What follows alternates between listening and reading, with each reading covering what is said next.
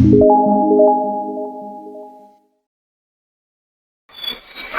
constant aspiration conquers all defects. एक अविरत आश्रय ही समस्त प्रकार बाधा विघ्न उपरे विजय हासिल करे. All can be done if God touch is there. भगवान कर स्वस्थ रहिले सब किछि साधित हो परिवो. परमा भागवत जननी श्रीमा परम प्रभु श्री अरविंदम का चरण कमल रे आमे अनंत कोटि प्रणाम जनाई आरंभ करबा को जाउचे आजिर ऑनलाइन श्री अरविंद एस्पिरेशन पाठचक्र कार्यक्रम. आजिर ऑनलाइन श्री अरविंद एस्पिरेशन पाठचक्र रे उपस्थित थिबा समस्त भाई और अपा मान को वंदे मातरम आ प्रणाम. कार्यक्रम आरंभ रे चलंदो आमे नीरव रे ध्यानस्थ हेबा मंत्रमय सावित्री उच्चारण सहित.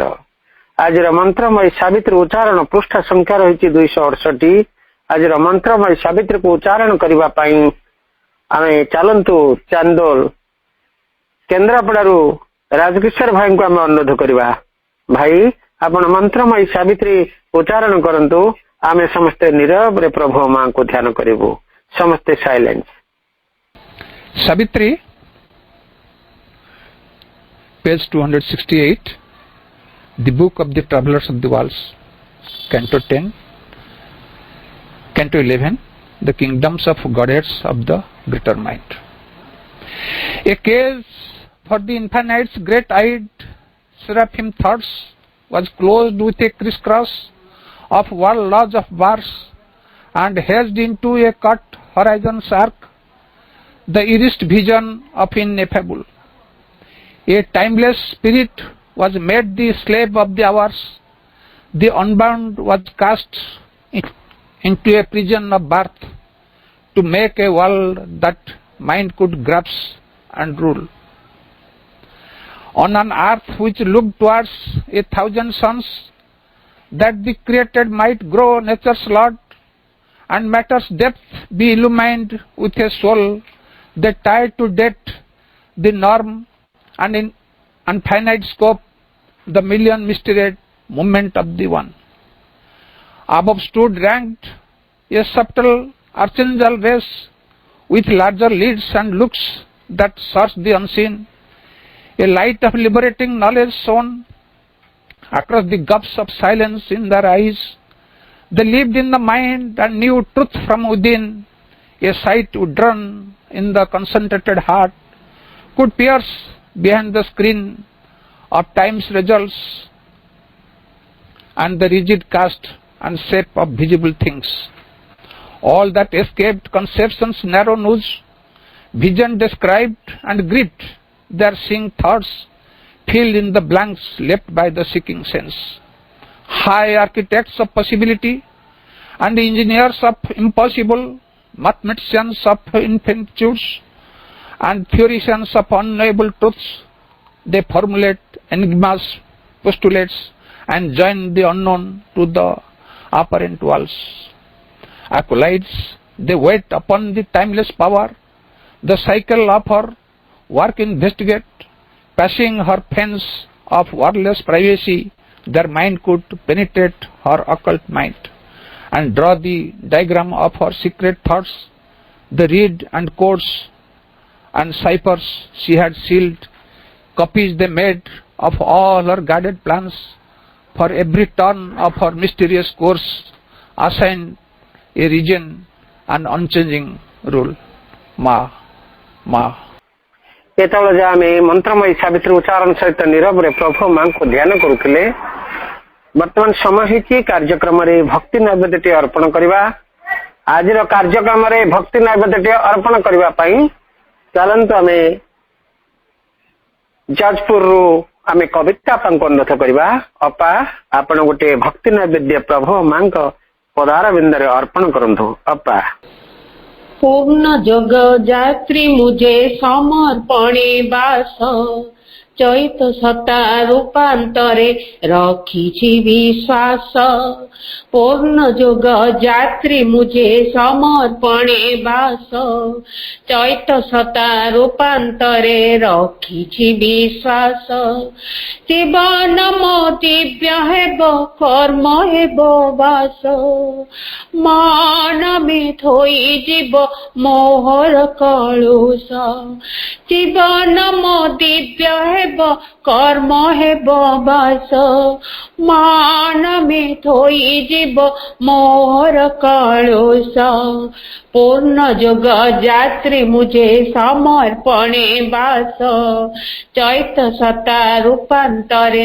ରଖିଛି ବିଶ୍ୱାସ ପୂର୍ଣ୍ଣ ଯୋଗ ଯାତ୍ରୀ ମୁଝେ ସମର୍ପଣେ ବାସ ଚୈତ ସତା ରୂପାନ୍ତରେ ରଖିଛି ବିଶ୍ୱାସ ଚେତନାର ଅଭିଯାତ୍ରୀ ଯାତ୍ରା ନାହିଁ ଶେଷ ଅମୃତର ବିନ୍ଦୁ ମୁହିଁ ଲୋଡ଼େ ନାହିଁ ଯଶ ଚେତନାର ଅଭିଯାତ୍ରୀ ଯାତ୍ରା ନାହିଁ ଶେଷ ଅମୃତର ବିନ୍ଦୁ ମୁହିଁ ଲୋଡ଼େ ନାହିଁ ଯଶ ସମର୍ପଣ ଭାବେ ନୀତି ଚାଲିଥାଏ ସ୍ପର୍ଶ ନିର୍ବାଣ ବା ମୁକ୍ତି ପଥେ ନାହିଁ ମୋ ପ୍ରୟାସ ସମର୍ପଣ ଭାବେ ନୀତି ଚାଲିଥାଏ ପଥ ନିର୍ବାଣ ବା ମୁକ୍ତି ପଥେ ନାହିଁ ମୋ ପ୍ରୟାସ ପୂର୍ଣ୍ଣ ଯୋଗ ଯାତ୍ରୀ ମୁଝେ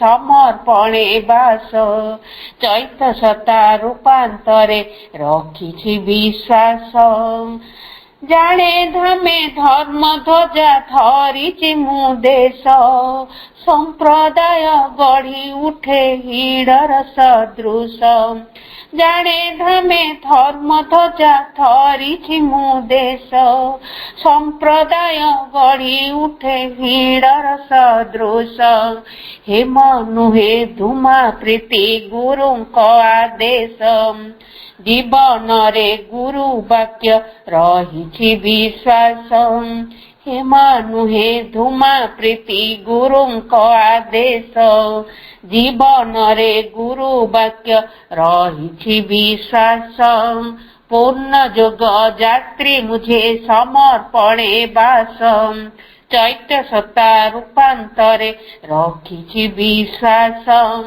ଜୀବନ ମୋ ଦିବ୍ୟ ହେବ କର୍ମ ହେବ ବାସ ମାନ ମେ ଥୋଇ ଯିବ ମୋହର କଳୁଷ ଜୀବନ ମୋ ଦିବ୍ୟ ହେବ କର୍ମ ହେବ ବାସ ମାନ ମେ ଥୋଇ ଯିବ ମୋହର କଳୁଷ ପୂର୍ଣ୍ଣ ଯୋଗ ଯାତ୍ରୀ ମୁଝେ ସମର୍ପଣେ ବାସ ଚୈତ ସତା ରୂପାନ୍ତରେ ରଖିଛି ବିଶ୍ୱାସ ପୂର୍ଣ୍ଣ ଯୋଗ ଯାତ୍ରୀ ମୁଝେ ସମର୍ପଣେ ବାସ ଚୈତ ସତା ରୂପାନ୍ତରେ ରଖିଛି ବିଶ୍ୱାସ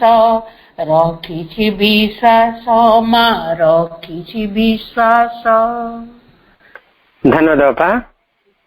ବନ୍ଦନା ମାଧ୍ୟମରେ ଅନେକ କଥା ଆମ ଯୋଗର କଥା କହିଛନ୍ତି। ଆମର ପୂର୍ଣ୍ଣ ଯୋଗ ମନ ପ୍ରାଣ ଶରୀର ସମସ୍ତେ ରୂପାନ୍ତରିତ ହେବେ, ଭଗବତରେ ରୂପାନ୍ତରିତ ହେବା କଥା ଏଇ ଯୋଗର ଲକ୍ଷ୍ୟ ଏବଂ ଏହାର ଆରମ୍ଭ ବି ମଧ୍ୟ ସମର୍ପଣରେ ଆରମ୍ଭ। ସମର୍ପଣ ଦ୍ୱାରା ହିଁ ଆମେ ଆମର ସମର୍ପିତ ଯେଉଁ ପୁରୁଷ ରହିଛନ୍ତି ଚୈତ ସତ୍ତା ସେ ରୂପାନ୍ତରିତ ହେବେ। ସେ ରୂପାନ୍ତରିତ ହେଲେ ଆମେ ଭଗବତରେ ପ୍ରାପ୍ତ ହେବା, ଦିବ୍ୟତ୍ୱ ପ୍ରାପ୍ତ ହେବା। ଏ କଥା ବନ୍ଦନା ଛଳରେ ବହୁତ କଥା କହିଲେ ଏବଂ ଆମ ସମସ୍ତଙ୍କର ସେଇ ହୃଦୟ ମନ ପ୍ରାଣକୁ ଏଇ ବନ୍ଦନାର ସ୍ପର୍ଶ ଲାଭ କରିଛି। ତେଣୁ ବାପା ଆପଣଙ୍କୁ ଅନେକ ସେଥିପାଇଁ ଧନ୍ୟବାଦ। ଆଜିର କାର୍ଯ୍ୟକ୍ରମରେ ଆମେ ପ୍ରଥମରୁ ଯୋଉ ଭାଇ କହୁଥିଲେ ଯୋଉ ଆତ୍ମାଟି ଆଜି ତାର ଯୋଉ ପାର୍ଥିବ ଶରୀର ତ୍ୟାଗ କଲେ ସେ ପୁନର୍ବାର ମନ ପ୍ରାଣ ଶରୀର ସେ ଭଗବତ ପ୍ରାପ୍ତ ହେବା ପାଇଁ ଆମେ ତାଙ୍କୁ ଆମେ ପ୍ରାର୍ଥନା କରୁଛୁ ଏବଂ ସେ ପୁଣି ରିଟର୍ନ କରନ୍ତୁ ମାଙ୍କ କାମ କରିବା ପାଇଁ ସେଇ ସୋଲ ପାଇଁ। ଆଉ ଏଇ ସୋଲ ର ମଧ୍ୟ ଆମେ ଆମେ ତାର ତାର ଦିବ୍ୟତ୍ୱ କାମନା କରୁଛୁ। ତାଙ୍କର ମୁକ୍ତି ତ ନାହିଁ, ଆମର ଯୋଉ ଆମ ଯୋଗର କଥା ହଉଛି ଯେ ସେ ରୂପାନ୍ତରିତ ହେଇକିରି ସେ କେମିତି ଫେରସ୍ତ ହୁଅନ୍ତୁ, ସେଇ କଥା ଆମେ ପ୍ରାର୍ଥନା କରୁଛୁ। ବର୍ତ୍ତମାନ ଆମେ ମାଙ୍କର ସେ ଦିବ୍ୟ କଥାମୃତକୁ ଆମେ ଆଲୋଚନା କରି ଚାଲିଛେ ଧାରାବାହିକ ଭାବରେ କେନ୍ଦ୍ରାପଡ଼ାରୁ ଆମର ଉର୍ମିଳା ଆପାଙ୍କ ଦ୍ୱାରା ପ୍ରଭୁ ଶ୍ରୀ ଅରବିନ୍ଦଙ୍କର ମାତୃ ସଂହିତା ମାଙ୍କର ଦିବ୍ୟ କଥାମୃତକୁ ଆମେ ଆଲୋଚନା କରି ଚାଲିଛେ ଧାରାବାହିକ ଭାବରେ। ଏଯାବତ ଆମେ ପ୍ରଥମ ଅଧ୍ୟାୟରେ ଅଛି।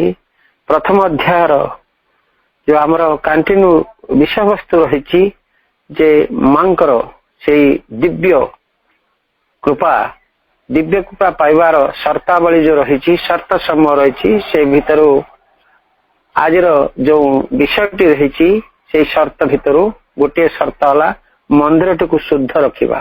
ଆମର ମନ୍ଦିରଟିକୁ ଶୁଦ୍ଧ ରଖିବାକୁ ପଡିବ। ଦିବ୍ୟ କୃପା ପ୍ରାପ୍ତ ହେଲେ ସବୁ କିଛି ସାଧିତ ହେଇଯାଏ। ପ୍ରଥମରୁ ହିଁ ଆମେ ଯୋଉ ବାଣୀଟି ପ୍ରଭୁ ଶ୍ରୀ ଅରବିନ୍ଦ ସାବିତ୍ରୀ ଲେଖିଥିଲେ ଯେ all can be done if God touch is there. ସବୁ କିଛି ସମ୍ଭବ ଯଦି ତାଙ୍କର ସ୍ପର୍ଶ ରହିଲେ, ଭଗବାନଙ୍କର ସ୍ପର୍ଶ ରହିଲେ। ତେଣୁ ଭଗବାନଙ୍କର ସ୍ପର୍ଶ ଆମ ପ୍ରତି ରହିବ, ଦିବ୍ୟ କୃପା ଆମେ ପାଇବା। ତାର ଯୋଉ ସର୍ତ୍ତ ସବୁ ରହିଛି, ଏଇ ସର୍ତ୍ତ ଭିତରୁ ଗୋଟିଏ ସର୍ତ୍ତ ଆଜି ଆଲୋଚିତ ହବ, ସେ ହଉଛି ମନ୍ଦିରଟିକୁ ଶୁଦ୍ଧ ରଖିବା। ଅପାଙ୍କୁ ଆମେ ଅନୁରୋଧ କରିବା, ଉର୍ମିଳା ଅପା କେନ୍ଦ୍ରାପଡ଼ାଙ୍କୁ ଅନୁରୋଧ କରିବା, ଅପା ବିଷୟବସ୍ତୁକୁ ଆପଣ ଆଗେଇ ଯାଆନ୍ତୁ। ଉପସ୍ଥିତ ଏ ଅନଲାଇନ ପାଠଚକ୍ରରେ ଆସ୍ପିରେସନ ପାଠଚକ୍ର ତରଫରୁ ଅନଲାଇନ ପାଠଚକ୍ର ଚାଲିଛି। ଯେଉଁମାନେ ମୋର ପରମ ଆତ୍ମୀୟ ମାତୃ ପରିବାର ଦିବ୍ୟ ସନ୍ତାନ ଯୋଗ ଦେଇଛନ୍ତି, ସମସ୍ତଙ୍କୁ ମୁଁ ମୋ ହୃଦୟର ଶ୍ରଦ୍ଧା ଓ ସମ୍ମାନ ଜ୍ଞାପନ କରୁଛି। ଏହି ଶୁଭ ସନ୍ଧ୍ୟାରେ ସ୍ୱାଗତ କରୁଛି। ମାଙ୍କର ସେଇ ଦିବ୍ୟ କଥା ଯାହା ପ୍ରଭୁ ଶ୍ରୀ ଅରବିନ୍ଦ ମା ପୁସ୍ତକରେ ମାତୃ ସଂହିତାରେ ଉଲ୍ଲେଖ କରିଛନ୍ତି, ଆମେ ସେଇ ବିଷୟରେ ଆଲୋଚନା କରୁଛେ। ପୂର୍ବରୁ ଆମେ ଆଲୋଚନା କରିଛେ ଦିବ୍ୟ କୃପା ପ୍ରାପ୍ତି ପାଇଁ ଆମ ତରଫରୁ କେଉଁ କେଉଁ ସର୍ତ୍ତ ପାଳନ କରିବାକୁ ହବ, ଯାଇଛି ସମର୍ପଣ ସଂକଳ୍ପ। ବର୍ତ୍ତମାନ ଆମେ ଆସୁଛେ କ୍ଲିନ୍ ଦ ଟେମ୍ପଲ, ମନ୍ଦିରଟିକୁ ପରିଷ୍କାର କରିବା, ଶୁଦ୍ଧ କରିବା, ମନ୍ଦିରଟିକୁ ସଫା ରଖିବାକୁ ହେବ। ତେଣୁ ଅନୁଚ୍ଛେଦ କ୍ରମରେ ଆମେ ପ୍ରଥମେ ପଢିବା, ଆଧାରର ଗୋଟିଏ ଅଂଶ ଯଦି ସମର୍ପଣ କରେ କିନ୍ତୁ ଅନ୍ୟ ଅଂଶଟି ନିଜକୁ ଅସମର୍ପିତ ରଖେ, ନିଜ ପଥରେ ଚାଲେ ଅଥବା ନିଜ ସର୍ତ୍ତର ଦାବି କରେ, ତେବେ ଏହିପରି ଯେତେ ଥର ଘଟୁଥିବ ସେତେ ଥର ତୁମେ ଭାଗବତ କରୁଣାକୁ ଦୂରକୁ ଠେଲି ଦେଉଥିବ। ଆମେ ପୂର୍ବରୁ ଆଲୋଚନା କରିଛେ ଯେ ଆମ ମନ, ପ୍ରାଣ, ଶରୀର ଏକକ ସତ୍ତା ବିଶିଷ୍ଟ ନୁହନ୍ତି। ସମସ୍ତଙ୍କର ଦୁଇଟା ସ୍ତର ଅଛି। ଏହି ସ୍ତର ଗୁଡିକ ପରସ୍ପରର ବିପରୀତ ଧର୍ମୀ। ଦିବ୍ୟ କୃପାର ଆଗମନୀ ପାଇଁ କେହି ସ୍ୱାଗତ ତୋରଣ ସଜାଇ ରଖିଲା ବେଳେ ଅନ୍ୟ ଅଂଶଟି ଦ୍ୱାର ରୁଦ୍ଧ କରିଦେଇଥାଏ।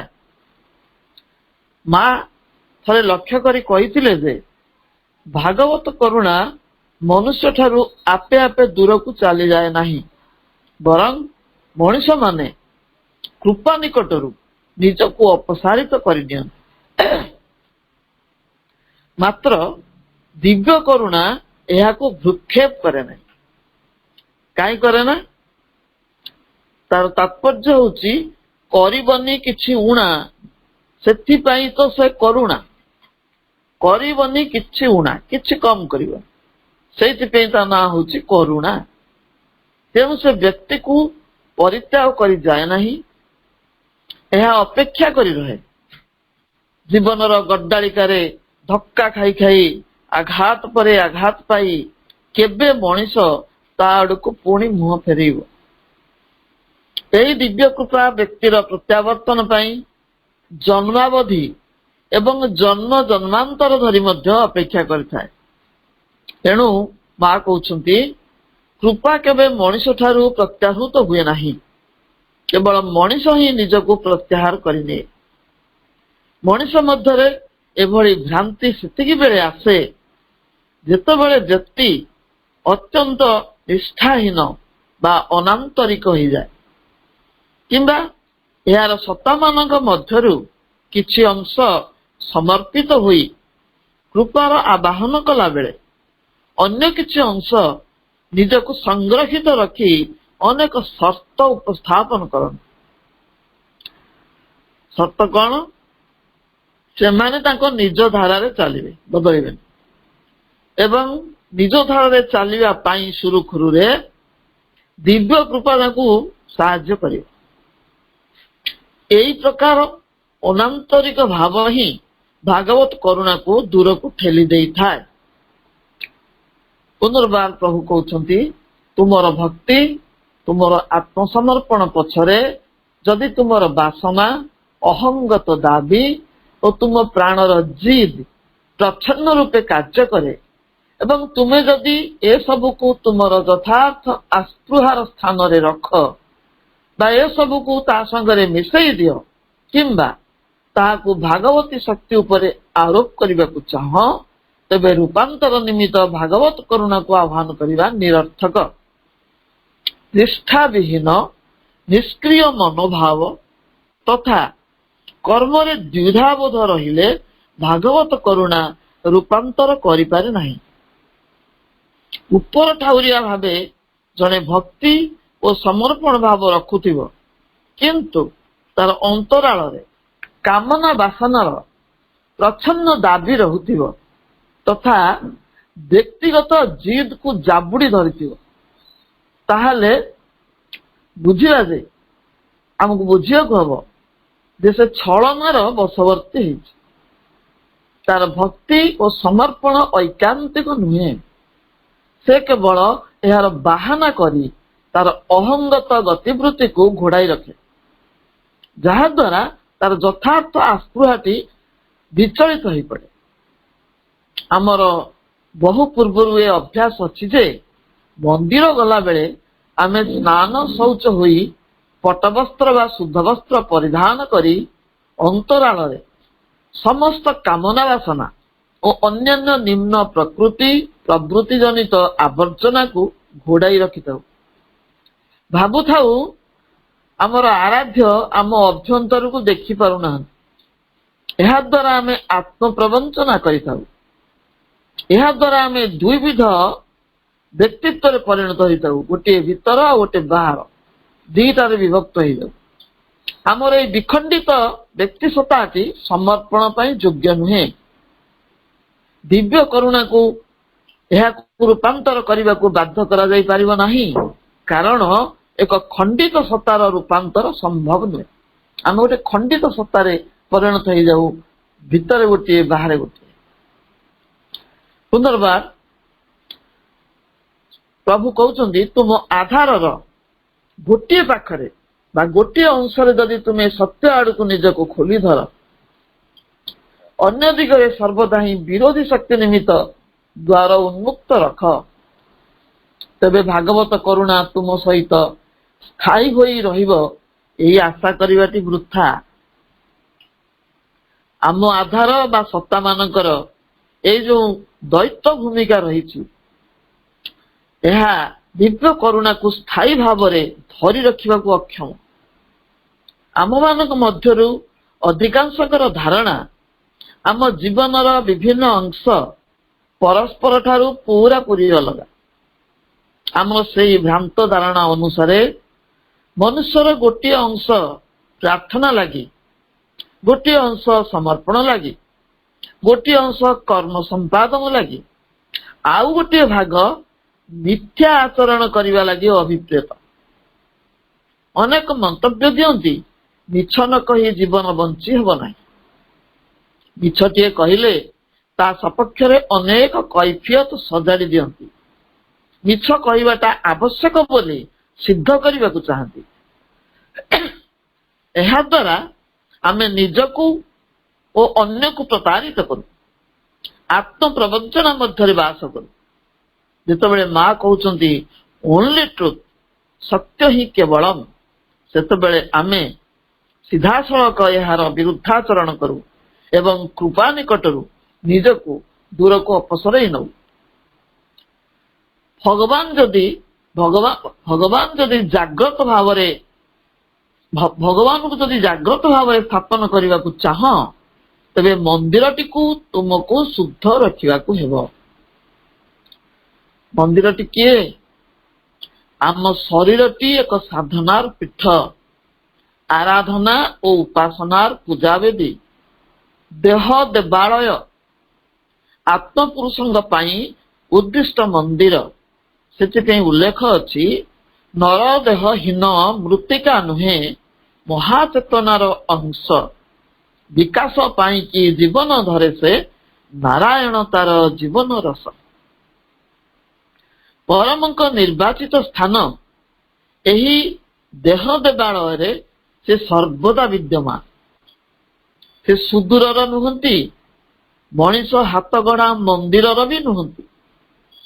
ତାଙ୍କ ହାତ ତିଆରି ଏଇ ଯୋଉ ଦେହ ଦେବାଳୟ, ସେ ଏଇ ଦେହ ଦେବାଳୟରେ ସତତ ବିଦ୍ୟମାନ।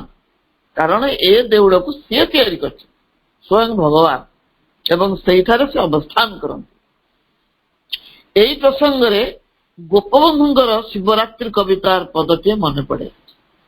ଦୂର ଦେବାଳୟ ଯିବା ନାହିଁ ପ୍ରୟୋଜନ, ଦୂର ଦେବାଳୟ ଯିବା ନାହିଁ ପ୍ରୟୋଜନ, ନିଜ ଅଭ୍ୟନ୍ତର ଦେଖ ଫେରିଣ ନୟନ।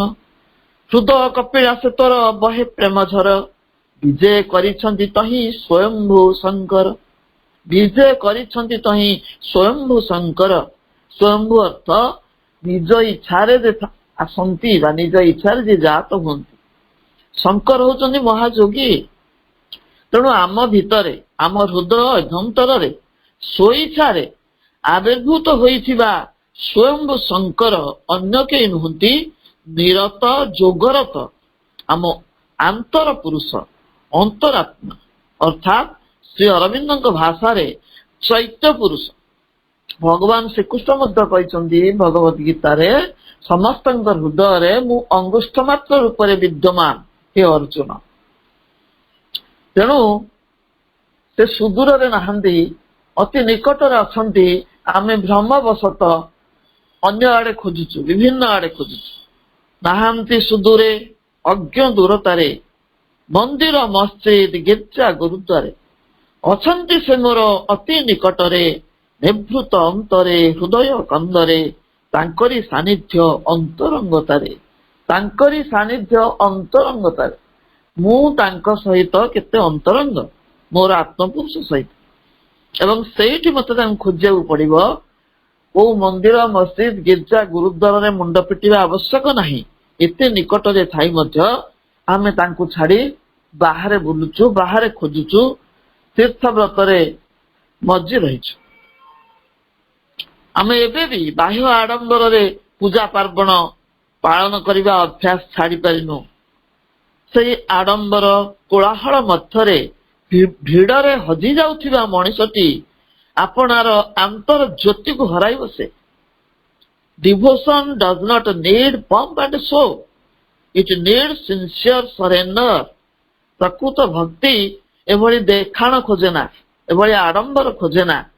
ଇଏ କଣ ଖୋଜେ ନା ଅତି ନିଷ୍ଠାପର ସମର୍ପଣ ଖୋଜେ।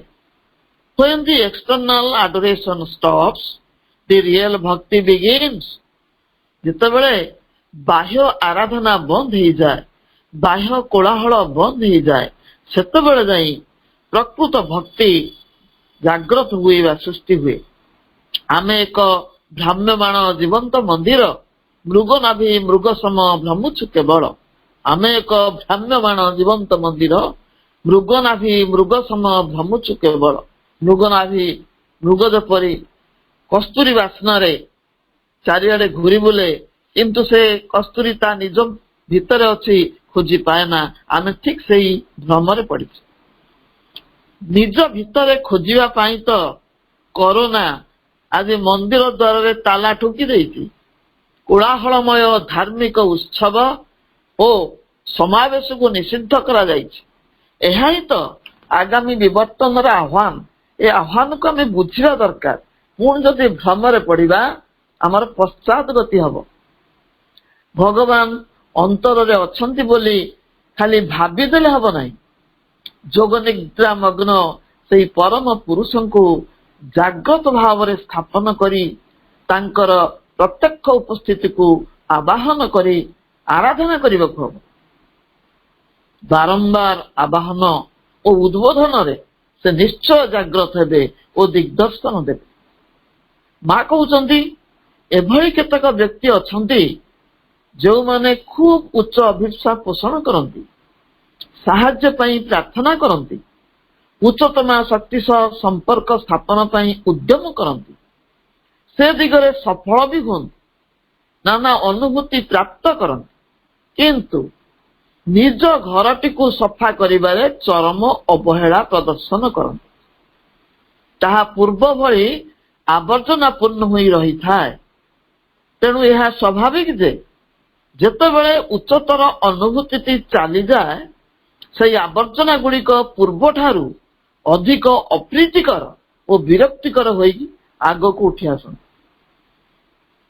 ନିଜ ଘର ବୋଲି ମା ଯାହା ଉଲ୍ଲେଖ କରୁଛନ୍ତି, ତାହା ଆମର ଶରୀର ରୂପୀ ପ୍ରକୋଷ୍ଠ। ଏହାକୁ ପରିଷ୍କାର କରିବାରେ କେବେ ହେଲେ କୌଣସି ଅବହେଳା ଦେଖାଇବା ଉଚିତ ନୁହେଁ।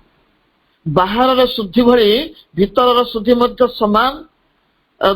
ସମାନ ଭାବରେ ଆବଶ୍ୟକ, ସମାନ ଗୁରୁତ୍ୱପୂର୍ଣ୍ଣ। ମା ବିବେକାନନ୍ଦଙ୍କର ଏକ ଉକ୍ତି ଉଦ୍ଧାର କରି କହିଛନ୍ତି, ସବୁଦିନ ସକାଳେ ନିଜର ଆତ୍ମା ଓ ଶରୀରକୁ ଶୁଦ୍ଧ ଓ ପରିଷ୍କାର କରିବା ଉଚିତ। ଯଦି ଉଭୟଟି ପାଇଁ ତୁମର ସମୟ ନଥାଏ, ତେବେ ଶରୀରକୁ ପରିଷ୍କାର କରିବା ଅପେକ୍ଷା ଆତ୍ମାକୁ ପରିଷ୍କାର କରିବା ଅଧିକ ଉପାଦେୟ। ପ୍ରଶ୍ନ ଉଠିପାରେ, ଆତ୍ମା ତ ସଦା ଅମ୍ଳାନ, ଏହାକୁ ପରିଷ୍କାର କରିବାର ତାତ୍ପର୍ଯ୍ୟ କଣ? ଏଠାରେ ଏକ ଦର୍ପଣ ବା ମିରରର ପ୍ରସଙ୍ଗ ଅଣାଯାଇପାରେ। ଦର୍ପଣର ନିଜସ୍ୱ ଗୁଣ ହେଉଛି ଉଜ୍ଜ୍ୱଳତା। ଯେତେବେଳେ ବାହାରର ମଳି ଧୂଳି ତା ଉପରେ ଜମିଯାଏ, ତା ମଳିନତାର ଆବରଣ ତଳେ ଲୁଚିଯାଏ। ସେଇଭଳି ଆମ ଆତ୍ମାର ଉଜ୍ଜ୍ୱଳତାକୁ ଢାଙ୍କି ଦିଏ କିଏ? ନା ଆମ ମନ, ପ୍ରାଣ, ଶରୀରରେ ଭରି ରହିଥିବା ସମସ୍ତ ପ୍ରକାର ମଳି ଧୂଳି ବା ଆବର୍ଜନା। ଏଠି ଦିବ୍ୟ ଶକ୍ତି କଥା କୁହାଯାଇଛି। ଦିବ୍ୟ ଶକ୍ତି ଯେତେବେଳେ ଉତ୍ତରି ଆସି ସତ୍ୟକୁ ତୁମ ସମ୍ମୁଖରେ ଆଣି ରଖନ୍ତି, ସେତେଥର ତୁମେ ଯଦି ମୁଖ ଫେରାଇ ନିଅ ଏବଂ ବହିଷ୍କୃତ ହୋଇଥିବା ମିଥ୍ୟାକୁ ପୁନର୍ବାର ଡାକି ଆଣ, ତେବେ ଭାଗବତ କରୁଣା ନିଷ୍ଫଳ ହେଲା ବୋଲି ତୁମେ ଦୋଷ ଦେଇପାରିବ ନାହିଁ। ଦୋଷ ଦେବ ତୁମ ନିଜ ସଂକଳ୍ପର ମିଥ୍ୟାଚାରକୁ ଏବଂ ତୁମ ଆତ୍ମସମର୍ପଣର ଅସମ୍ପୂର୍ଣ୍ଣତାକୁ। ଶ୍ରୀ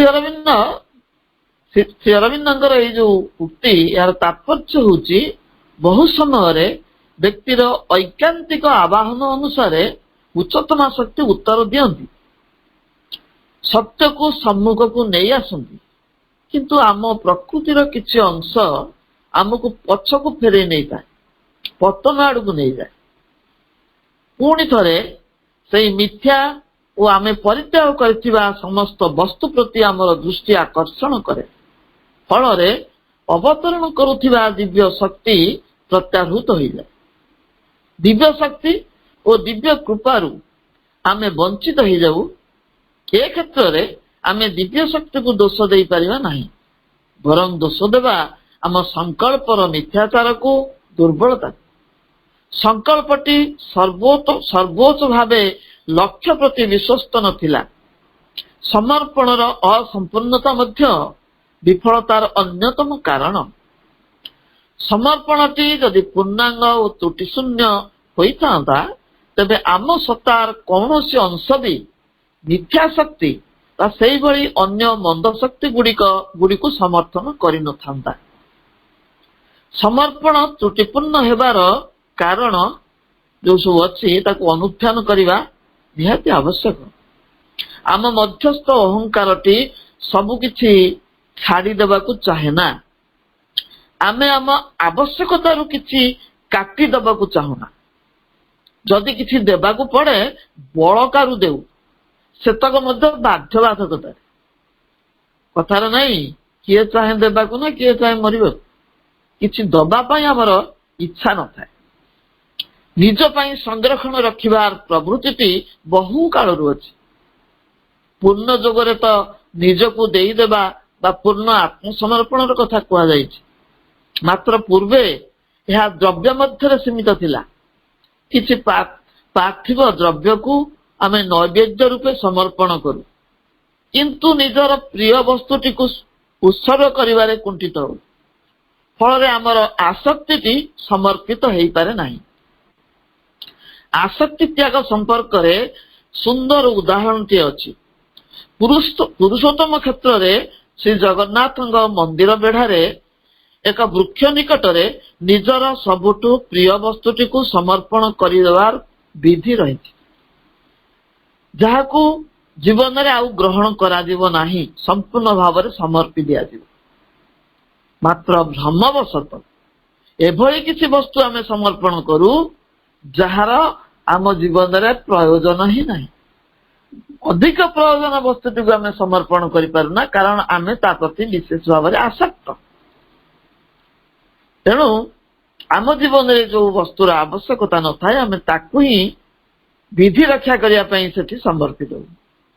ଏଇଭଳି ଆମେ ନିଜକୁ ହିଁ ଠକି ଚାଲିଥାଉ। ଆସକ୍ତିଟିକୁ ଉତ୍ସର୍ଗ କରି ନ ପାରିବା ହିଁ ଆମ ଜୀବନର ସବୁଠାରୁ ବଡ ବିଫଳତା। ଏ ସମ୍ପର୍କରେ ଅନେକ ପୌରାଣିକ ଆଖ୍ୟାୟିକା ବିଷୟ ରହିଛି ଏବଂ ତା ଦ୍ୱାରା ଉଦାହରଣ ସ୍ୱରୂପ ଦ୍ୱାପର ଯୁଗର ଗୋଟେ ଆଖ୍ୟାୟିକା ମୁଁ ଏଠି ଉପସ୍ଥାପନ କରୁଛି। କିନ୍ତୁ ସୁନ୍ଦର ଉପାଖ୍ୟାନ। ଦ୍ୱାରକାଧୀଶ ଭଗବାନ ଶ୍ରୀକୃଷ୍ଣଙ୍କର ପ୍ରିୟ ସଖୀ ଦ୍ରୌପଦୀ ଘଟଣାକ୍ରମେ ଦ୍ୱାରକାପୁରକୁ ବୁଲି ଯାଇଛନ୍ତି। ଶ୍ରୀକୃଷ୍ଣଙ୍କ ପ୍ରତି ଦ୍ରୌପଦୀଙ୍କର ଭକ୍ତି ଭରା ଅନୁରକ୍ତିକୁ ଅଷ୍ଟପାଟ ବଂଶୀ ଭିନ୍ନ ଦୃଷ୍ଟିରେ ଦେଖନ୍ତି। ଲୀଳା ପୁରୁଷଙ୍କ ଲୀଳାକୁ କିଏ ବା ବୁଝିପାରିବ? ଶ୍ରୀକୃଷ୍ଣ ଆମ୍ବଟିଏ କାଟୁ କାଟୁ ନିଜ ହାତ ଆଙ୍ଗୁଳିରେ ଆଘାତ ଲାଗିଛି। ଧାର ଧାର ରକ୍ତ ବହି ଯାଉଛି। ଅଷ୍ଟପାଟ ବଂଶୀ ଖୋଜୁଛନ୍ତି ଛୋଟ କପଡାଟିଏ କୋଉଠି ବଳକା ବଳକି ପଡିଥିବ, ମାତ୍ର ମିଳୁନାହିଁ। ଇଏ ଦୈବୀ ମାୟା।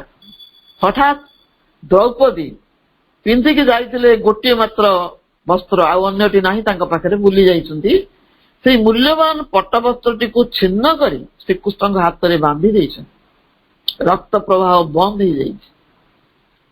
ଆଖ୍ୟାୟିକାଟିର ତାତ୍ପର୍ଯ୍ୟ ହଉଛି, ଅଷ୍ଟପାଟ ବଂଶୀ ବଳକା କପଡାଟିଏ ଖୋଜିଲା ବେଳେ ଦ୍ରୌପଦୀ ପିନ୍ଧିଥିବା ଏକମାତ୍ର ବସ୍ତ୍ରଟିକୁ କାଟିକି ଦେଇଛନ୍ତି, ଯେଉଁଟା କି ସେ ସମୟ ପାଇଁ ତାଙ୍କର ନିହାତି ଆବଶ୍ୟକ।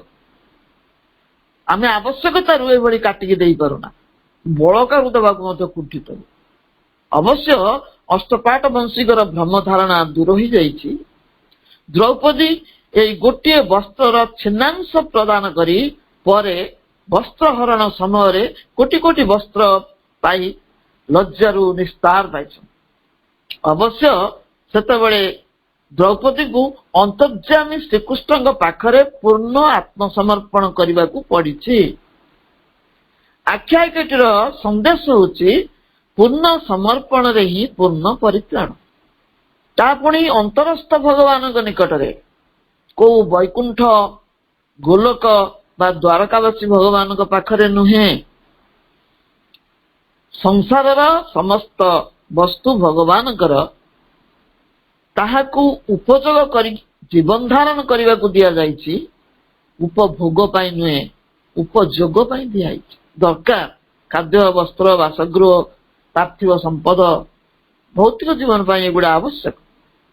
କିନ୍ତୁ ଆମେ ଉପଯୋଗରେ ନ ଲଗେଇ ତାକୁ ଉପଭୋଗରେ ଲଗେଇଛୁ। ତାଙ୍କର ପ୍ରଦତ୍ତ ବସ୍ତୁରୁ କିଛି ଅର୍ପଣ କରି ଆମେ ଆତ୍ମସନ୍ତୋଷ ଲାଭ କରୁ। କିଛି ସେ ଯାହା ଆମକୁ ଦେଇଛନ୍ତି ସେଥିରୁ କିଛି କୁଣ୍ଠିତ ଭାବରେ ଦଉ ଏବଂ ଆତ୍ମସନ୍ତୋଷ ଲାଭ କରୁ ଯେ ବହୁତ ଗୁଡା ଭଗବାନଙ୍କୁ ଦେଇଦେବୁ। ମାତ୍ର ଆମର ନିଜସ୍ୱ ବୋଲି ଆମେ ଯାହାକୁ ଜାବୁଡି ଧରିଛୁ, ସେଇ ମୁଁକାର ବା ଅହଙ୍କାରଟିକୁ ଦବାକୁ ଚାହୁଁନା। ଭାରି ପ୍ରିୟ ସେ ଆମର। ଆମେ ତାକୁ ଜାବୁଡିକି ଧରିଛୁ, କେତେବେଳେ ଛାଡିବାକୁ ପ୍ରସ୍ତୁତ ନୁହଁ। ସେଥିପାଇଁ କବି ଗଙ୍ଗାଧର ଉଲ୍ଲେଖ କରିଛନ୍ତି କି ଦେଇ ପୂଜିବି ଯାହା ମୁଁ ଦେଖୁଛି, ସବୁ ତୁମରି ପ୍ରସାଦ, ଯାର ପ୍ରସାଦ ତାଙ୍କୁ ଅରପିଲେ ହେବ ସିନା ଅପରାଧ। ମୁଙ୍କାର ମାତର ମୋର ନୁହେଁ ବୋଲି, ମୁଙ୍କାର ମାତର ମୋର ନୁହେଁ ବୋଲି କହିବାକୁ ନାହିଁ ବାଟ, ଦୂରୁ ଥାଇ ତାହା ଅର୍ପଣ କରୁଛି ଘେନ ହେ ବିଶ୍ୱ ସମ୍ରାଟ। କବି ଏଠି ତାଙ୍କର ଅହଙ୍କାରକୁ ସମର୍ପଣ କରିବାକୁ ଚାହୁଁଛନ୍ତି। ଆମକୁ ସେଇ କଥା କୁହାଯାଉଛି। ଆମେ ମୁଁ ବୋଲି ଯାହାକୁ ମାଡି ବସିଛୁ ତାକୁ ଆଦୌ ଛାଡିବାକୁ ଚାହୁଁନା।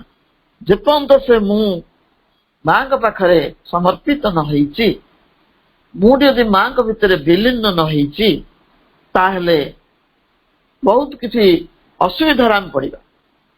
ସବୁ ପ୍ରମାଦର ମୂଳ ଏଇ ମୁଁଟିକୁ ମାଙ୍କ ଚରଣରେ ଅର୍ପଣ କରିବାକୁ ହେବ। ଏହା ବ୍ୟତୀତ ଆଉ କିଛି ଉପାୟ ନାହିଁ। ନାନ୍ୟ ପନ୍ଥା ବିଦ୍ୟତେ ଅନାୟ। ପୁନର୍ବାର ପ୍ରଭୁ କହୁଛନ୍ତି, ସତ୍ୟକୁ ଯଦି ଆହ୍ୱାନ କର, ସତ୍ୟକୁ ଯଦି ଆହ୍ୱାନ କର, ଅଥଚ ଯଦି ତୁମ ମଧ୍ୟରେ ଏପରି କିଛି ଥାଏ ଯାହା ଅସତ୍ୟକୁ, ଅଜ୍ଞାନକୁ, ଅବିଦ୍ୟାକୁ ବରଣ କରେ, କିମ୍ବା ଏସବୁକୁ ନିଶେଷରେ ବାହାର କରିଦେବା ପାଇଁ ଅନ୍ତତଃ ଅନିଚ୍ଛୁକ ହୁଏ, ତେବେ ତୁମ ମଧ୍ୟରେ ଶତ୍ରୁର ଆକ୍ରମଣ ପଥ ସବୁ ସମୟରେ ଖୋଲା ରହିବ। ଭାଗବତ କରୁଣା ବି ଧୀରେ ଧୀରେ ଅପସରିଯିବ। ପ୍ରକୃତ କଥାଟି ହେଉଛି, ଆମ ସତାଟିରେ କେଉଁଠି ଫାଙ୍କ ବା ଫାଟଟିଏ ଥାଏ। ଗୋଟିଏ ପାର୍ଶ୍ୱ ନିଷ୍ଠାପର ଭାବେ ଉଚ୍ଚତର ଚେତନାକୁ ବାଛି ନିଏ, ମାତ୍ର ଅନ୍ୟ ଅଂଶଟି ମିଥ୍ୟା ଚେତନା ଆଡକୁ ଆକୃଷ୍ଟ ହୁଏ, ସେଇ ଦିଗକୁ ଢଳିଯାଏ। ଏହାର କାରଣ ସେଇ ସତାଟିର ଦୁର୍ବଳତା, ଚିରାଚରିତ ଅଭ୍ୟାସର ପ୍ରଭାବ କିମ୍ବା କାମନା ବାସନା ଦାବି ଯୋଗୁଁ ଏଭଳି ହୁଏ। ତେଣୁ ଗୋଟିଏ ଅଂଶ ଏକ ଦିଗରେ ଗଲାବେଳେ ଅନ୍ୟ ଅଂଶଟି ତାର ବିପରୀତ ଦିଗରେ ଯାଏ। ଏହି ପରିପ୍ରେକ୍ଷୀରେ ଆମେ ସର୍ବଦା ବିରୋଧୀ ଶକ୍ତିର ଆକ୍ରମଣ ପଥକୁ ଖୋଲିକି ତା ଦ୍ୱାରା ଖୋଲି ଦେଇଥାଉ। ଫଳରେ ଦିବ୍ୟ କରୁଣା ଠାରୁ ଆମେ ନିଜକୁ ଦୂରେଇ ଯାଉ ନିଜେ। ସୁତରାଂ ପ୍ରଥମେ ତୁମ ମଧ୍ୟରେ ଥିବା ମିଥ୍ୟା ଓ ତମଗ୍ରସ୍ତ ଭାବକୁ ଖୋଜି ବାହାର କର, ତାପରେ ସେ ସବୁକୁ ସର୍ବଦା ପ୍ରତ୍ୟାଖ୍ୟାନ କରିଚାଲ। ତେବେ ହିଁ ରୂପାନ୍ତର ସାଧନ ସକାଶେ ଭାଗବତୀ ଶକ୍ତିକୁ ଯଥାର୍ଥରେ ଆହ୍ୱାନ କରିବା ଅଧିକାର ତୁମେ ପାଇପାରିବ। ଏଠାରେ ପ୍ରଭୁ ଆମ ଭିତରେ ଥିବା ଅନ୍ୟ ଏକ ଦୁର୍ବଳତାକୁ ଦର୍ଶାଇ ଦେଉଛନ୍ତି। ଆମ ଅଭ୍ୟନ୍ତରରେ ଥିବା ମିଥ୍ୟା ଓ ତମଗ୍ରସ୍ତ ଭାବ ପ୍ରତି ଆମେ ସର୍ବଦା ଉଦାସୀନ। ଯେତେବେଳେ ଆମେ କୌଣସି ଆକ୍ରମଣର ସମ୍ମୁଖୀନ ହେଉ ଅଥବା ପ୍ରତିକୂଳ ଅବସ୍ଥାର ସାମନା କରୁ, ସେତେବେଳେ ଆମେ ସର୍ବଦା ଆମ ଦୁର୍ଦ୍ଦଶା ପାଇଁ ଅନ୍ୟକୁ ଦାୟୀ କରୁ। ପରିସ୍ଥିତି ଉପରେ ଦୋଷକୁ ଲଦି ଦଉ। ତାର ପ୍ରକୃତ ଦୋଷ ଯେ ଆମ ଭିତରେ ଅଛି ସେ କଥା ଆମେ କେବେ ଚିନ୍ତା ବି କରୁନା। ବାସ୍ତବରେ ଘଟଣା ଘଟାଇଥିବା ଖଳନାୟକଟି ଆମ ଭିତରେ ହିଁ ଆତ୍ମଗୋପନ କରି ରହିଥାଏ। ସୁତରାଂ ବିଜ୍ଞତାର କାର୍ଯ୍ୟ ହେଉଛି ଅନ୍ୟକୁ ଦୋଷାରୋପ ନ କରି ନିଜ ଭିତରର ସେହି ମିଥ୍ୟା ଅନ୍ଧକାର ବା ତାମସକୁ ହଟେଇ ଦେଇ ବହିଷ୍କାର କରି ପ୍ରକୃତ ସତ୍ୟଟିକୁ ଆବିଷ୍କାର କରିବାକୁ ହେବ। ଅଭ୍ୟନ୍ତରର ସେହି ଶତ୍ରୁକୁ ଚିହ୍ନି ରଖି ବାରମ୍ବାର ତାର ଆଗମନକୁ ପ୍ରତିହତ କରିବାକୁ ପଡିବ। କାରଣ ସେମାନେ ଏତେ ସହଜରେ ଅଭ୍ୟନ୍ତରର ସେହି ଅନ୍ଧାରୀ ଗୁହା ଭଳି ତାଙ୍କର ଉପଯୁକ୍ତ ସ୍ଥାନ ଛାଡି ଯିବା ପାଇଁ କଦାପି ଚାହିଁବେ ନାହିଁ। ଯେତେବେଳେ ସେମାନେ ବାରମ୍ବାର ପ୍ରତ୍ୟାଖ୍ୟାତ ହେବେ, ବାରମ୍ବାର ଯେତେ ଥର ଆସୁଥିବେ ସେତେ ଥର ଆମେ ତାଙ୍କୁ ଫେରେଇ ଦଉଥିବା, ପ୍ରତ୍ୟାଖ୍ୟାନ କରୁଥିବା, ସେତେବେଳେ ସେମାନେ ହଟିବାକୁ ଆରମ୍ଭ କରିବେ। ସେତେବେଳେ ଆମେ ରୂପାନ୍ତର ପାଇଁ ଦିବ୍ୟ କୃପାକୁ ଆବାହନ କରିବାର ଅଧିକାର ପାଇପାରିବା। ଏପରି ଭାବିବ ନାହିଁ ଯେ ସତ୍ୟ ଏବଂ ମିଥ୍ୟା, ଆଲୋକ ଏବଂ ଅନ୍ଧକାର, ଆତ୍ମଦାନ ଏବଂ ସ୍ୱାର୍ଥପରତା ଉଭୟକୁ ଭଗବାନଙ୍କ ନିମିତ୍ତ ନିବେଦିତ ମନ୍ଦିର ମଧ୍ୟରେ ଏକ ସଙ୍ଗେ ବାସ କରିବାକୁ ଦିଆଯାଏ। ମନ ପ୍ରାଣ ଓ ଶରୀର ସମନ୍ୱୟରେ ଗଠିତ 7ଟି ପରମଙ୍କୁ ନିବେଦିତ ଏକ ମନ୍ଦିର। ସେହି ମନ୍ଦିରଟି କେବଳ ସତ୍ୟ, ଆଲୋକ ଓ ସମର୍ପଣ ପାଇଁ ଉତ୍ସର୍ଗୀକୃତ। ତାହା କରିବା ଉଚିତ। ଏହାର ବିପରୀତ ମିଥ୍ୟା, ଅନ୍ଧକାର ଓ ସ୍ୱାର୍ଥପରତା ପାଇଁ ଯେପରି ତିଳେ ମାତ୍ର ସ୍ଥାନ ନ ରହେ। ଆମେ ଏପରି ଭ୍ରମ ଧାରଣାର ବଶବର୍ତ୍ତୀ ହେବା ଉଚିତ ନୁହେଁ ଯେ ଏହି ପରସ୍ପର ବିରୋଧୀ ଭାବ ଗୁଡ଼ିକ ଏକ ସଙ୍ଗେ ଭଗବାନଙ୍କୁ ନିବେଦିତ ମନ୍ଦିରରେ ରହିବାକୁ ଦିଆଯାଇପାରିବ।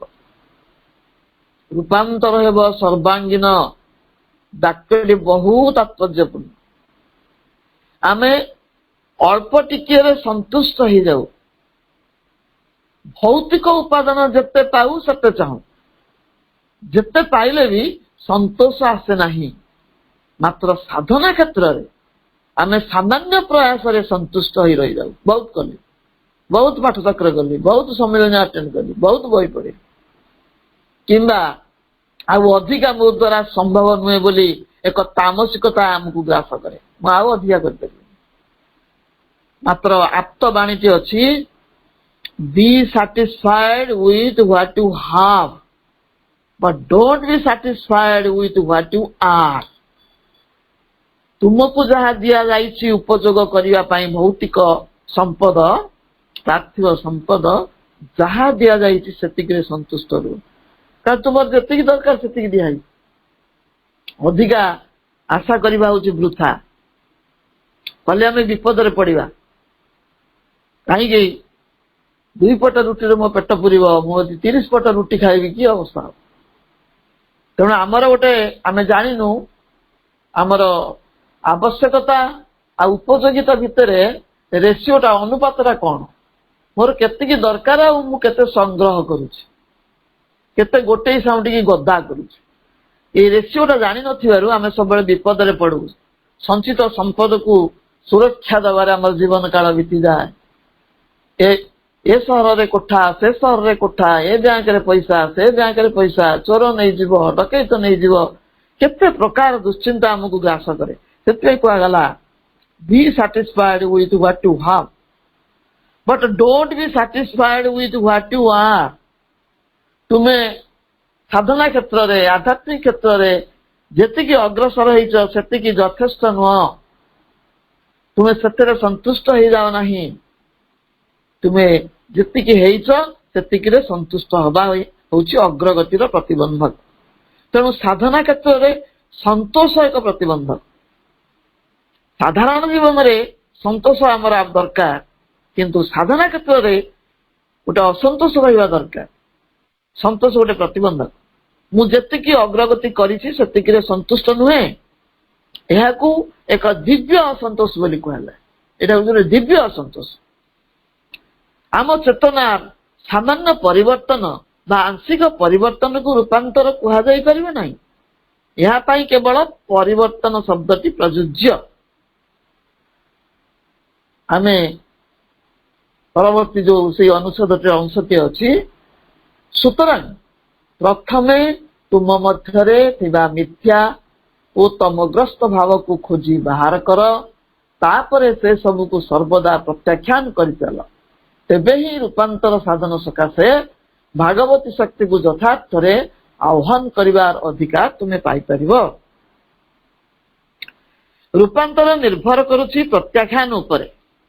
ମାଙ୍କ ଟିପ୍ପଣୀ ଅନୁସାରେ ରୂପାନ୍ତର ପ୍ରତି ଯଦି ଆମର ପଜିଟିଭ ଆଟିଚ୍ୟୁଡ ବା ଅସ୍ତିବାଚକ ମନୋଭାବ ଥାଏ, ତା ସହିତ ସମାନ ଭାବରେ ଏକ ନେତିବାଚକ ବା ନେଗେଟିଭ ଆଟିଚ୍ୟୁଡ ପ୍ରତ୍ୟାଖ୍ୟାନ ପାଇଁ ରହିବା ଆବଶ୍ୟକ।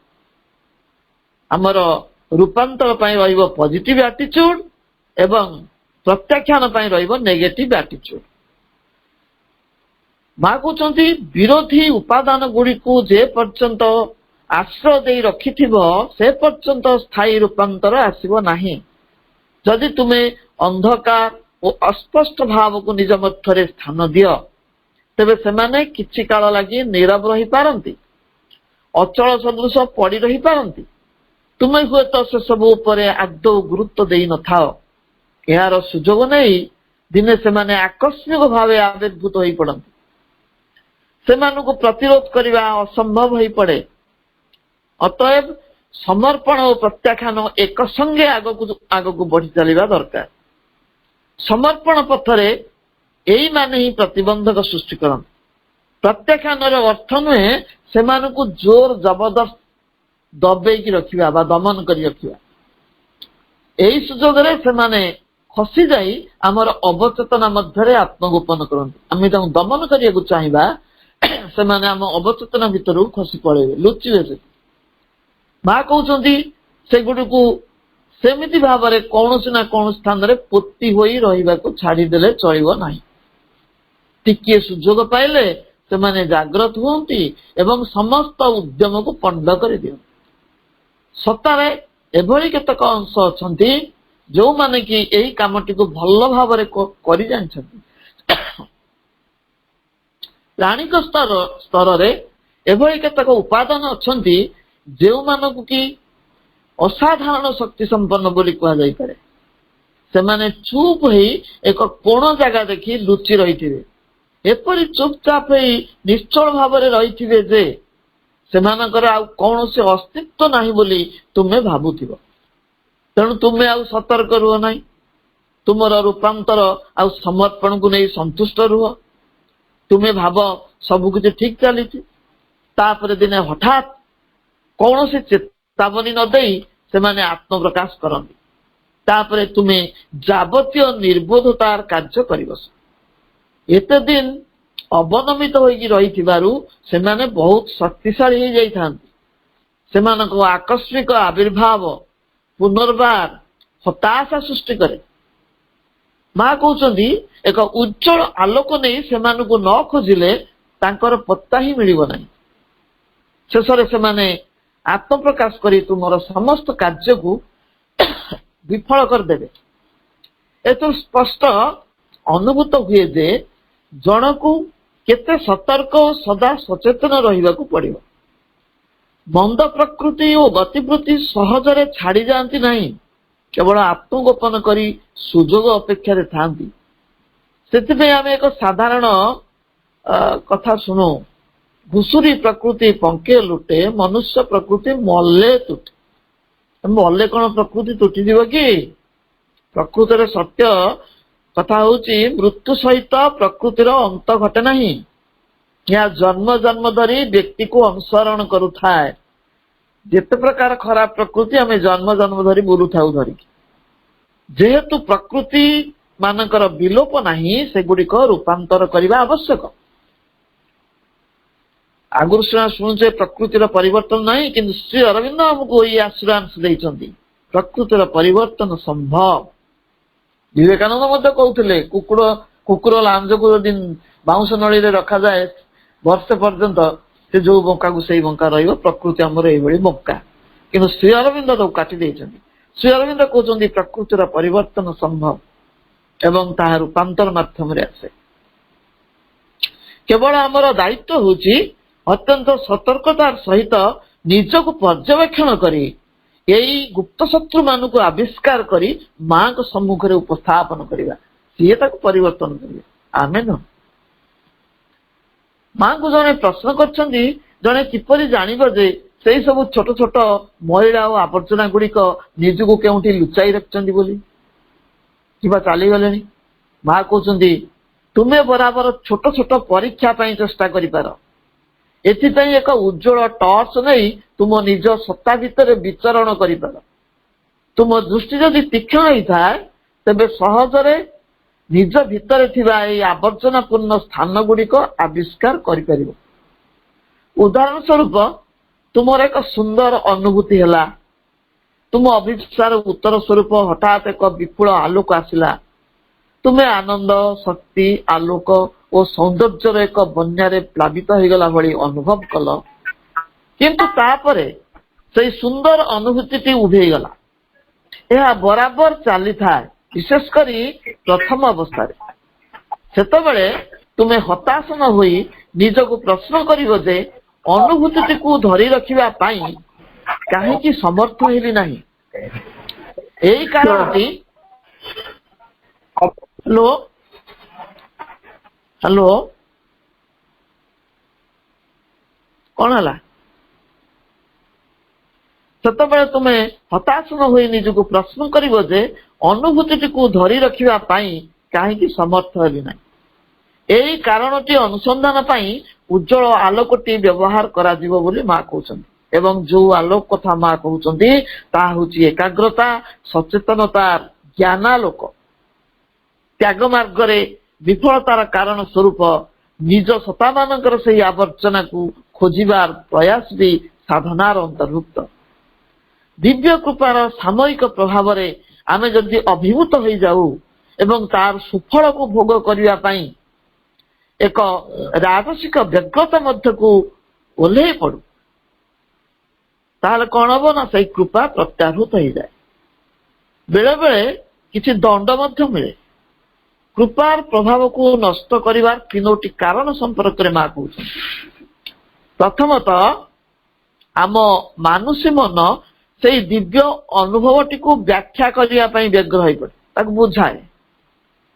ଦ୍ୱିତୀୟତଃ, ଆମର ପ୍ରାଣିକ ସତ୍ତାଟି ତାକୁ ଉପଭୋଗ କରିବା ପାଇଁ ବସେ।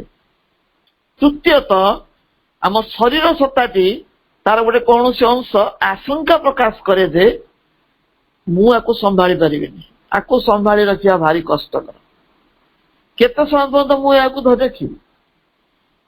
ଏହି ଦୁର୍ବଳତା ଗୁଡିକୁ ଖୋଜିବା ଆରମ୍ଭ କରିବାକୁ ହିଁ ମା କହୁଛନ୍ତି ଠିକ ବାଟରେ ରହିବା।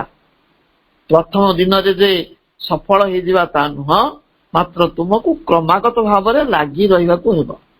ନିଜ ମଧ୍ୟସ୍ଥ ଦୁର୍ବଳତା ଗୁଡିକୁ ଖୋଜିବା ହେଉଛି ସାଧନା ପଥରେ ଅଗ୍ରସର ହେବାର ପ୍ରଥମ ପଦକ୍ଷେପ। ବାରମ୍ବାର ବିଫଳତାରେ ହତାଶ ନ ହୋଇ ଆମକୁ ଦିବ୍ୟ କରୁଣା ଉପରେ ଭରସା ରଖିବାକୁ ପଡିବ। ଆସ୍ଥା ବା ଭରସା କେବେ ବି ବିଶ୍ୱାସଘାତକତା କରେ ନାହିଁ, କଦାପି ବିଫଳ ହୁଏ ନାହିଁ। ମା କହୁଛନ୍ତି, at the very moment when everything seems to go from bad to worse, it is then that we must make a supreme act of the faith and know that the grace will never fail us. ସେହି ମୁହୂର୍ତ୍ତରେ ଯେତେବେଳେ ପ୍ରତ୍ୟେକ ଘଟଣା ଖରାପରୁ ଅଧିକ ଖରାପ ହେଉଛି ବୋଲି ଆମକୁ ଜଣା ପଡେ, ସେତେବେଳେ ସର୍ବୋତ୍ତମ କାର୍ଯ୍ୟଟି ହେଉଛି କୃପା ଉପରେ ଏକ ଅବିଚଳ ଅତୁଟ ଆସ୍ଥା ସ୍ଥାପନ କରିବା ଯେ ଦିବ୍ୟ କୃପା କେବେ ବି ବିଫଳ ହେବ ନାହିଁ। ବିଶ୍ୱାସ ଯେତେ ଗଭୀର, କୃପାର କ୍ରିୟା ମଧ୍ୟ ସେତେ ପ୍ରବଳ। ମା ପୁଣି କହୁଛନ୍ତି, unshakable faith in God gives mysterious power to overcome any difficulty. ଭଗବାନଙ୍କ ପ୍ରତି ଏକ ସ୍ଥିର ବିଶ୍ୱାସ ଆମକୁ ବିସ୍ମୟକର ଶକ୍ତି ପ୍ରଦାନ କରେ, ସମସ୍ତ ପ୍ରକାର ଅସୁବିଧାକୁ ଅତିକ୍ରମ କରିଯିବା ପାଇଁ ସାହସ ଦିଏ। Faith and devotion speak together. ଭକ୍ତି ଓ ବିଶ୍ୱାସ ଏକ ସ୍ୱରରେ କଥା କହନ୍ତି, ଅର୍ଥାତ୍ ଭକ୍ତି ସହିତ ବିଶ୍ୱାସର ସମନ୍ୱୟ ହେଲେ ତାହା ଚମତ୍କାର ଫଳ ପ୍ରଦାନ କରେ। ଆମର ଭକ୍ତି ତ ଅଛି, ତା ସାଙ୍ଗରେ ବିଶ୍ୱାସକୁ ମିଶେଇ ଦେବା ଦରକାର। ମା କହୁଛନ୍ତି, the greatest weakness is doubt. Doubt is the enemy. Doubt is the sin. ବିଶ୍ୱାସ କ୍ଷେତ୍ରରେ ଭୟ ଓ ସନ୍ଦେହ ଦୁଇଟି ବୃହତ୍ ପ୍ରତିବନ୍ଧକ।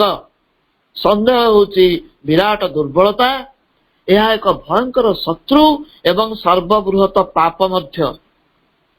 Faith heals, faith creates, faith works wonders, faith moves mountains. ବିଶ୍ୱାସ ହିଁ ସମସ୍ତ ବେଦନାକୁ ଉପଶମ କରେ, ନୂଆ କିଛି ସୃଷ୍ଟି କରେ। ବିଶ୍ୱାସ ଆଶ୍ଚର୍ଯ୍ୟ ଘଟାଏ, ପର୍ବତକୁ ଟଳାଇ ଦେଇପାରେ। ସାଧନାର ଜୀବନ ହେଉ କି ସାଧାରଣ ଜୀବନ ହେଉ, ସାଧନାର ଜୀବନ ହେଉ କି ସାଧାରଣ ଜୀବନ ହେଉ, ପ୍ରତ୍ୟେକ କ୍ଷେତ୍ରରେ ଅଗ୍ରଗତି ପାଇଁ ପ୍ରତିବନ୍ଧକ ସବୁ ରହିଛି। କୃପା ହିଁ ସବୁ ଘଟେଇ ଦେଇପାରେ ଏବଂ ଏହି ବିଶ୍ୱାସଟି ସର୍ବଦା ଦୃଢ ରହିବା, ଅବିଚଳ ରହିବା ଆବଶ୍ୟକ। ବର୍ତ୍ତମାନ ଆମର ସମୟ ସୂଚନା ଦେଲାଣି। ମୋର ବକ୍ତବ୍ୟର ଅବଧି ଏଇଠି କରୁଛି, ମାଙ୍କ ଚରଣରେ ସମର୍ପଣ କରୁଛି। ଆଉ ମାନୁଷୀ ପ୍ରୟାସ ସହିତ ମାଙ୍କର କୃପା ହୁଏତ ମିଶିଥିବ। ଆଉ ସେଇ ଦୃଷ୍ଟିରୁ ଯାହା ବି କିଛି କହିଛି ମାନୁଷ ପ୍ରକ୍ରିୟାରେ କିଛି ତ୍ରୁଟି ବିଚ୍ୟୁତି ଥାଇପାରେ, ମାଙ୍କ ପାଖରେ କ୍ଷମା ମାଗି ନେଉଛି। ଆପଣ ମାନଙ୍କୁ ଧନ୍ୟବାଦ ଦଉଛି ଏତେ ସମୟ ଧୈର୍ଯ୍ୟ ସହିତ ଶୁଣିଥିବାରୁ। ସନ୍ତୋଷ ଭାଇକୁ ଅଶେଷ ଧନ୍ୟବାଦ ମତେ ଏଇଭଳି ସୁଯୋଗଟେ ପ୍ରଦାନ କରିଥିବାରୁ, ଉତ୍ସାହିତ କରିଥିବାରୁ। ମା ସମସ୍ତଙ୍କର ମଙ୍ଗଳ କରନ୍ତୁ। ଆସ ସେଇ ଦିବ୍ୟ ଜନନୀଙ୍କ ଚରଣରେ ଆମେ ସମର୍ପିତ ହବା। ପ୍ରତିଷ୍ଠମ୍ ପ୍ରତିଷ୍ଠମ୍ ତୁମେ ଭଗବାନ। ଧନ୍ୟବାଦ। ଧନ୍ୟବାଦ ବାପା। ବହୁତ ସୁନ୍ଦର ଭାବରେ ମାଙ୍କର ଶକ୍ତିକୁ ଆପଣ ଆବାହନ କରି ଆଣୁଛନ୍ତି ଏବଂ ମାଙ୍କର କୃପାକୁ ମଧ୍ୟ ଆବାହନ କରି ଆଣୁଛନ୍ତି। ଆମ ସମସ୍ତଙ୍କ ଭିତରେ ବି ମଧ୍ୟ ବିତରିତ ହେଇଯାଉଛି ସେଇ ଦିବ୍ୟ କୃପା। ଏବଂ କେବଳ ଆମର ଯାହା ସର୍ତ୍ତ ରହିଛି ସେଇ ସର୍ତ୍ତଟି ହେଲା ଆମ ମନ୍ଦିରଟିକୁ ଶୁଦ୍ଧ ରଖିବା। ଆଜି ଅପାଙ୍କର ଯୋଉ ଆଲୋଚନା ଥିଲା, ଆମେ ସମସ୍ତେ କାହିଁକି ନା ମନ୍ଦିରଟିକୁ ଶୁଦ୍ଧ ରଖିବାକୁ ହେଲେ ଆମର ରହିଛି ତାଙ୍କ ପ୍ରତି ସମର୍ପିତ ହବା। ଯେ ସେ କହୁଥିଲେ ଯେ ମନ ପ୍ରାଣ ଶରୀର ଏମାନେ ଦୁଇଟି ଯେ ପ୍ରଭାବ ରହିଛି ଆଙ୍କ ଉପରେ, ସବୁବେଳେ ଗୋଟେ ପଟରେ ସମର୍ପିତ ହେଲା ବେଳକୁ ଆଉ ଗୋଟେ ପଟରେ ତାର ବିରୁଦ୍ଧ ବି ରହିଛି। ତେଣୁ ସେ ଯାହା ବି ହଉ, ଆମକୁ ଆମେ ଆମର ଭଗବତ ଦିବ୍ୟ ଜନନୀଙ୍କ ପାଖରେ ଆମେ ସମ୍ପୂର୍ଣ୍ଣ ଭାବରେ ସମର୍ପିତ ହେଇଯିବା ଏବଂ ସତ୍ୟ ଓନ୍ଲି ଟ୍ରୁଥ ମିଥ୍ୟାର ପ୍ରତିପଦରେ ଆମେ ତାକୁ ପ୍ରତ୍ୟାଖ୍ୟାନ କରିବା ଏବଂ ସତ୍ୟ ପଥେ ଧର୍ମ ପଥେ ଘେନି ଯାଅ ମତେ ଭସାଓ ପରାଣ ମୋର ତବ ପ୍ରେମ ସ୍ରୋତେ ପ୍ରଭୁ ପରମ ଶରଣ ଏ ଜୀବନ ତୋ ଚରଣେ କଲି ସମର୍ପଣ। ସତ୍ୟ ପାଇଁ ମାଙ୍କ ପାଖରେ ଏଇ ଜୀବନକୁ ସମର୍ପିତ ହେବା, ଆମେ ସମସ୍ତେ ସମର୍ପଣ କରିଦେବା ଏବଂ ସବୁ କିଛି ବାକି ସେ ହିଁ କରିବେ। ସୁନ୍ଦର ଆଲୋଚନା ପାଇଁ ବାପାଙ୍କୁ ବହୁତ ବହୁତ ଧନ୍ୟବାଦ ବାପା। ବର୍ତ୍ତମାନ ସମୟ ହେଇଛି ଆମେ କାର୍ଯ୍ୟକ୍ରମକୁ କରିବା। କିଛି ସମୟ ମେଡିଟେସନ ମ୍ୟୁଜିକ ସହିତ ସମୟ ହେବା।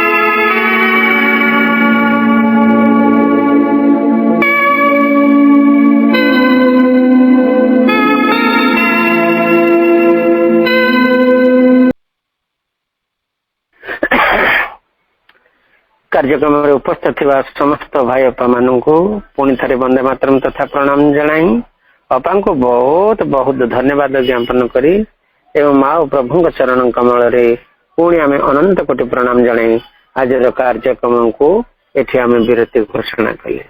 କାର୍ଯ୍ୟକ୍ରମ ଓଭର, ସମସ୍ତଙ୍କର ଓଭର। ମା ମା ମା ମା ମା।